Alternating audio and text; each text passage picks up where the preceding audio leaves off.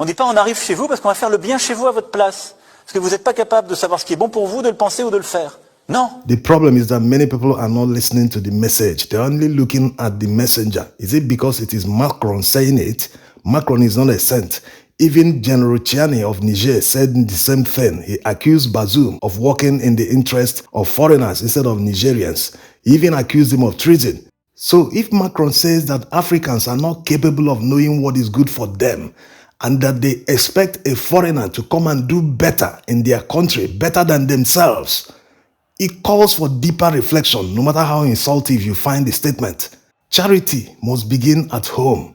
No matter all the excuses and reasons you give for all the foreign influence on African countries, no foreign power is preventing all these African countries from having clean streets. No, none at all. The most basic responsibility of government, no one is preventing them from delivering it to their people. So there is no excuse. There's no denying the fact that France and other foreign powers took advantage of Africans for many years and they continue to do so till today. But are we going to use that as an excuse not to deliver the minutest basic service that is the responsibility of government to the people? Are we going to continue saying because of this we can't do this, because of this we can't do this, so no one can find any solution despite all the adversaries? If you can't stand the heat, get out of the kitchen. How about resigning? Yes, many people have talked about foreign powers taking out African leaders who can't dance to their tune. But how many people will they take out before it becomes a full-blown war? The problem is that we don't understand the concept of leadership in Africa. An average African politician, when he's elected to any office, sees himself as a king that everyone else should be subservient to.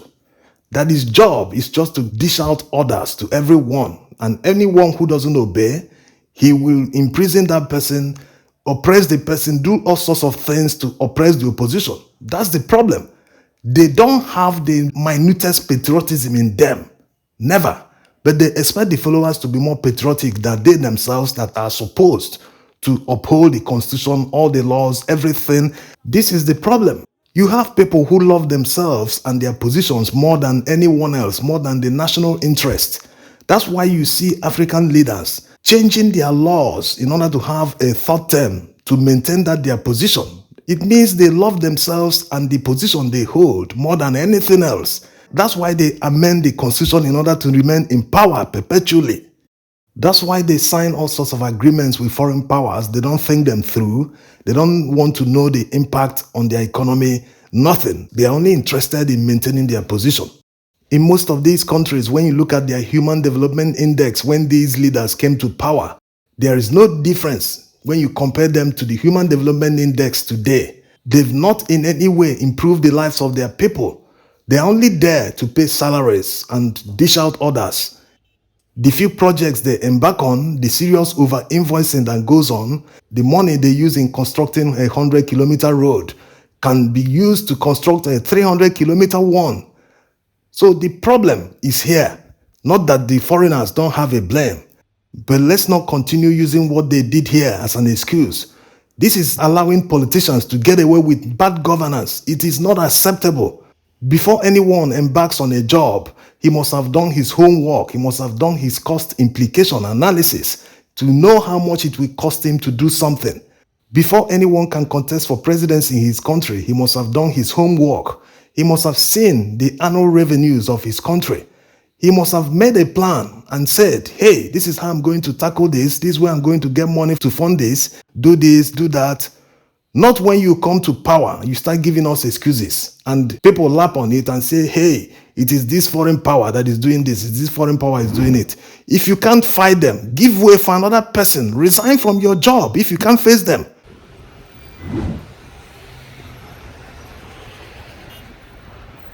Yes, our leaders are weak. Why are they weak? It's simply because they are corrupt. They know these guys have their files and they can use them as leverage. So that's why they always dance to their tunes in order not to be disgraced in public. It's as simple as that. And since these leaders make it nearly impossible to remove them from office through an election, they make military coups inevitable. In the countries where the military have successfully seized power, they should make sure that they correct all the wrongs before handing over power to civilian regimes. so that hopefully the new civilian regimes can at least focus on solving their problems, their immediate problems, not blaming others.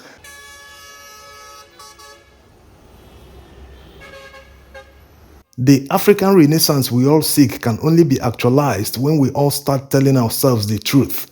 When we start working in the national interest instead of selfish interest. Yes, Africa suffered most than other regions in the world, from slavery to colonialism and all that.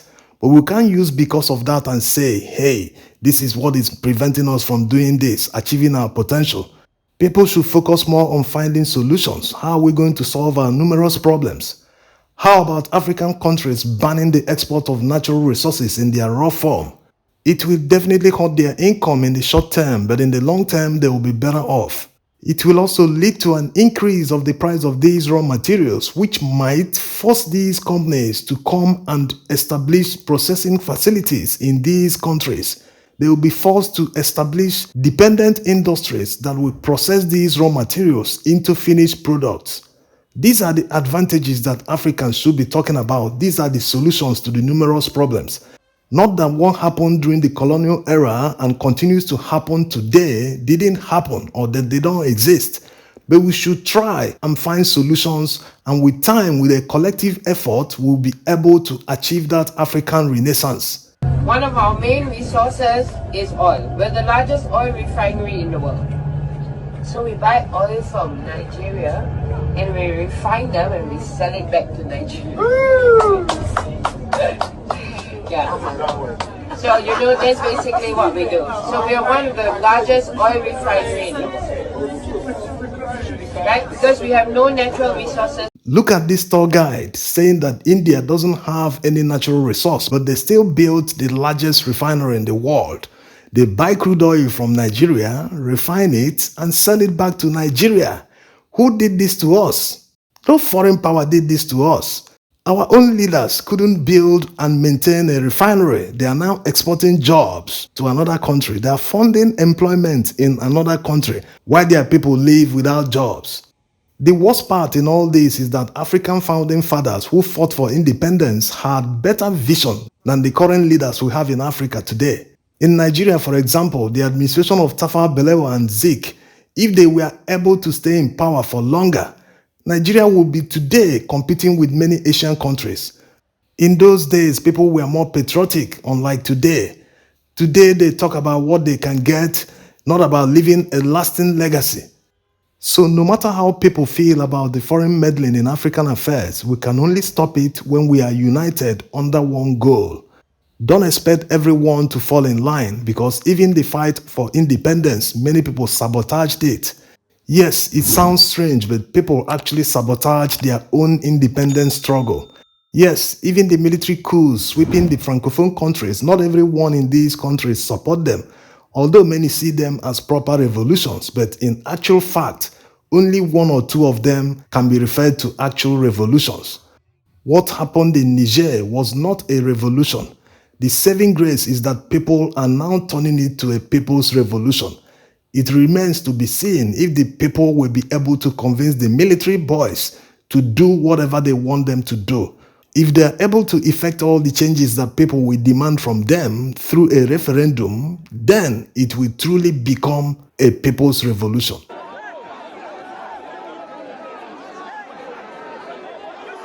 It might seem impossible that African countries will ban the export of natural resources in their raw form because of the revenue implications. But the truth is that there are countries, even in Europe, that do not have a single natural resource. How were they able to grow their economy without revenues from natural resources? The answer lies in prudent management of resources. They like to live lavish lifestyles. They waste money on frivolities. If they are able to reduce unnecessary expenditures and reduce the size of their governments, then they can have enough savings to deliver the basic services to their people. It's not rocket science. All the money they waste every day, it is simply because it is not their money. If it were to be their money, they wouldn't be spending it the way they spend this money.